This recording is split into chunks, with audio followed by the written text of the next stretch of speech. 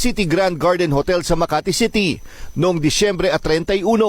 Makikita ang grupo ni Christine Dacera na lumabas ng room 2209 para lumipat sa kabilang kwarto 2207. Ang PM. Makalipas ang mahigit 17 minuto, muli silang bumalik sa kanilang kwarto kasama si Christine. 2:50 AM, Enero 1. Lumabas muli si Christine kasama ang isang lalaki at muling lumipat sa kabilang kwarto. May dumating na mga room boy at nagdala ng extra bed.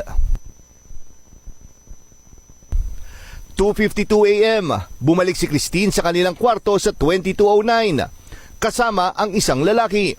Sa mga sumunod na minuto, ilang lalaki ang naglabas-masok sa kwarto at lumilipat sa kabilang kwarto.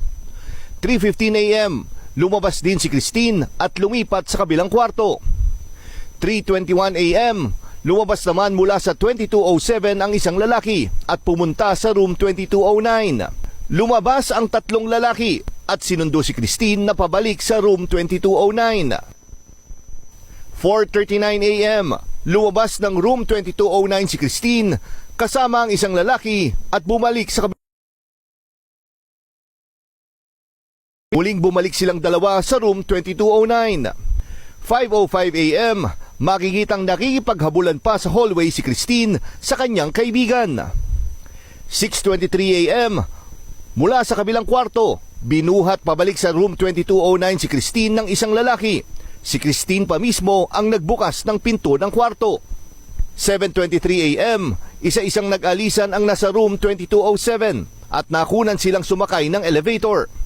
9:02 AM, may isang lalaki mula sa room 2209 ang umalis na rin. 12:22 ng tanghali, bumukas ang pinto ni na Christine at sumilip ang isang lalaki. 12:23, may dalawang lalaki ang kumatok sa pinto ng room 2209 at kinausap ang mga nasa loob.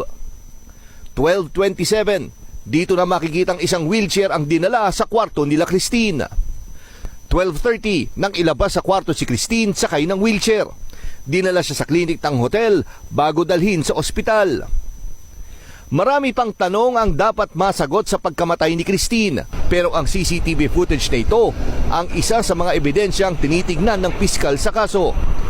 Parehong may kopya ng CCTV footage ang panig ng mga suspect at ang pamilya ni Christine na